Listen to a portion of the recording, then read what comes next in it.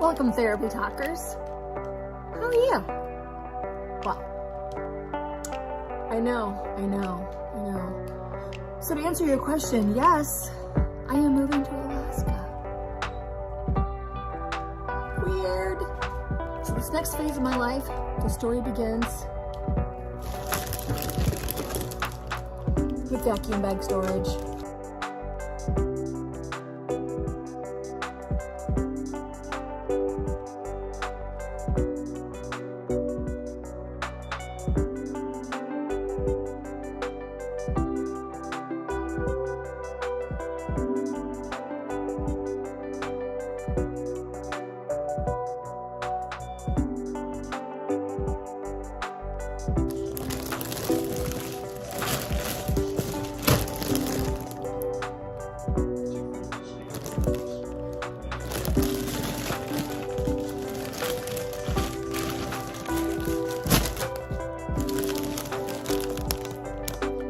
So one of the things with prepping for leaving for Alaska, I need to tell my mom. My mom has dementia. She has pretty high functioning dementia, if that's a term or not. And I don't know how much she's going to remember as far as me telling her if I'm leaving, where I'm leaving, the details of me leaving or not. I'm just really not sure how news like this is going to hit her. So I am going to go in and tell her that I'm leaving for Alaska in about 2 weeks, and spend some time nursing that idea with her and comforting her and just answering any questions that she might have. So I'm really not sure what I'm going to walk into, but I'm getting ready to tell my mom that I'm going to move to Alaska. Wish me luck. So I told mom, and it didn't go. I guess I really didn't have any expectation of how it would go, but it went very well. She was kind of sad and bummed, which I anticipated, but she quickly went to other subject matters, and her brain was all over the place like a bouncy ball, bouncing all over to different topics. And I was getting ready to leave, and then she brought it up again, which is a good sign. And she's like, well, I really like it that you are going to go help other people. So I think we're doing good for right now. We'll see how it does when we get closer to the time of me moving. But for right now, it went really well, and I'm really pleased with that. I'm starting to get stressed, and I am stressed eating. I'm not eating healthy. I'm eating crap. I'm eating fruit roll-ups and fruit gushers and So I am preparing the flights with my dogs. I've never flown with dogs before, and this has been such a learning experience. I did a lot of research, and if you are going to travel with dogs or cats or small animals, check with individual flights and carriers to see what their requirements are. I did find some pretty standard dog kennels, softback dog kennels that you have to have like underneath your seat. So my dogs are about 15 pounds, so they're little-ish, but I had to play around until I found a dog kennel that worked for them. I think about like 3 different sizes, and returned 2 of them and kept this one. This one I liked because they're able to turn around. And in some flights, they ask you, or they make you show them that your dogs can turn around. So it's a little bit higher, but it is squishable, and it says that it is airline requirement. So I have yet to see if that's going to happen or not. But anyway, there's an opening on both sides. There's a thing on the top with air for air circulation, and then there's a place to like tie their like leashes to.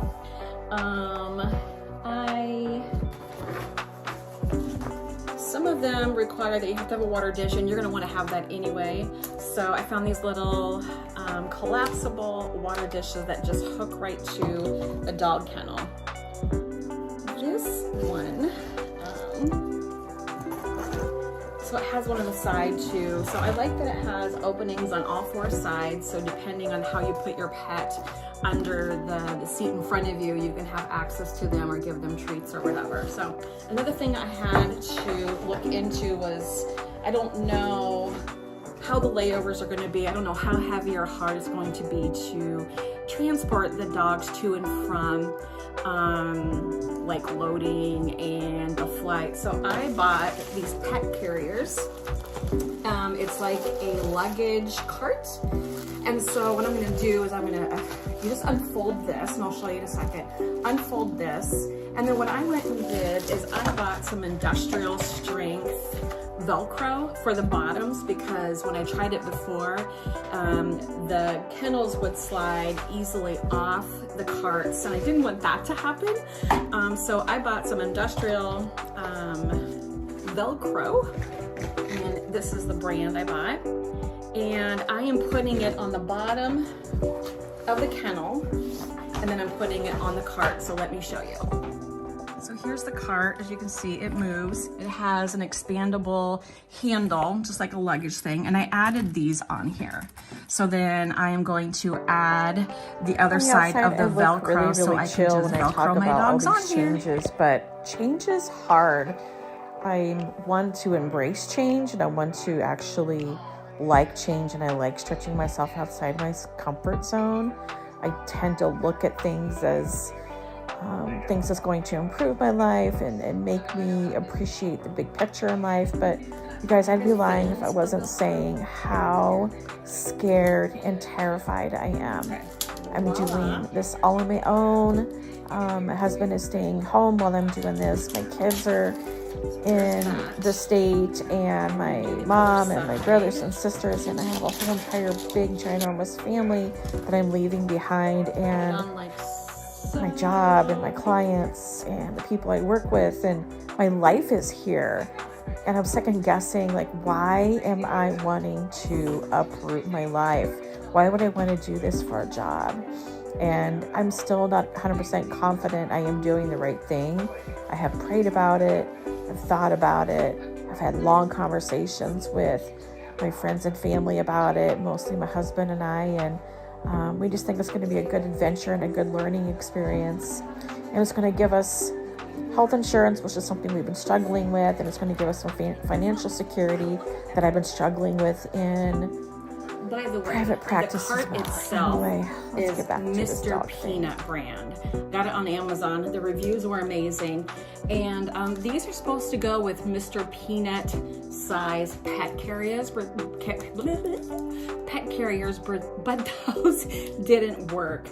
So that's why I makeshift this. I think if you bought the Mr. Peanut like pet carrier and the Mr. Peanut like roller thing, they would have like fit on there without using the Velcro, but I went with a different brand because I needed more space.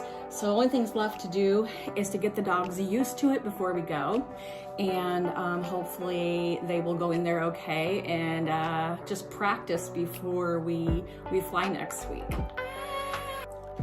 So reading reviews and directions on the pet thing, again, it depends on which airlines you use, but I went ahead and did this anyway. So I went to my vet and I had them do like a health check on them, make sure their immunizations was up to date.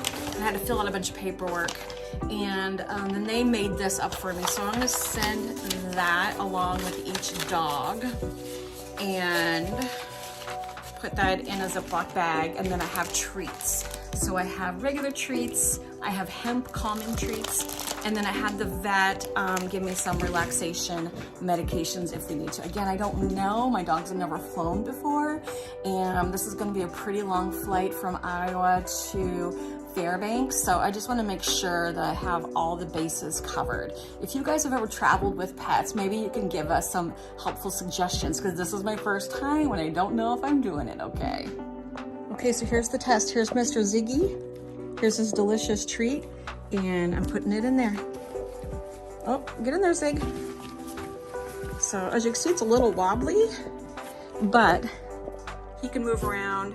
He can move around his head. And I think he's gonna be okay. Hopefully the airlines see that he has enough moving room and they will authorize us as a go.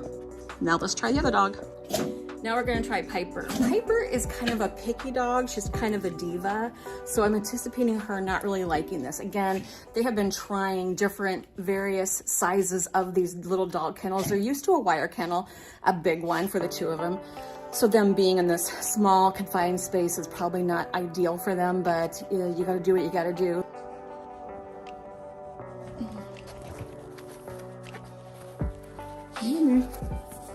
Oh, she was able to turn around. So that part is good. And of course, Piper, you get a treat. So, dog 1 and dog 2.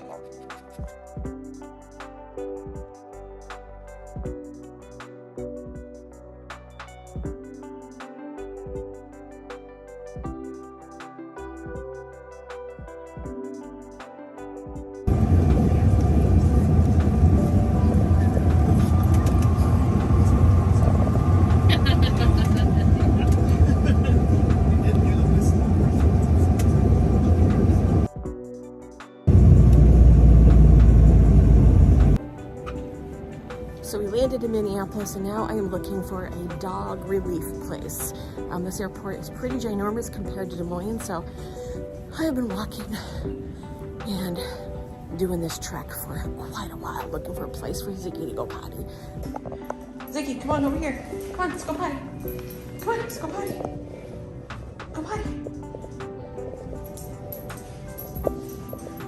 Ziggy, come, go potty. So no surprise here, Ziggy did not go potty. So we came back 2 or 3 more times since we had such a long layover, and every single time he did not go potty. Go potty, Ziggy. Go potty. Frustrated. No. Since the pet release place was so far away from our gate, we were able to catch a ride. Whee!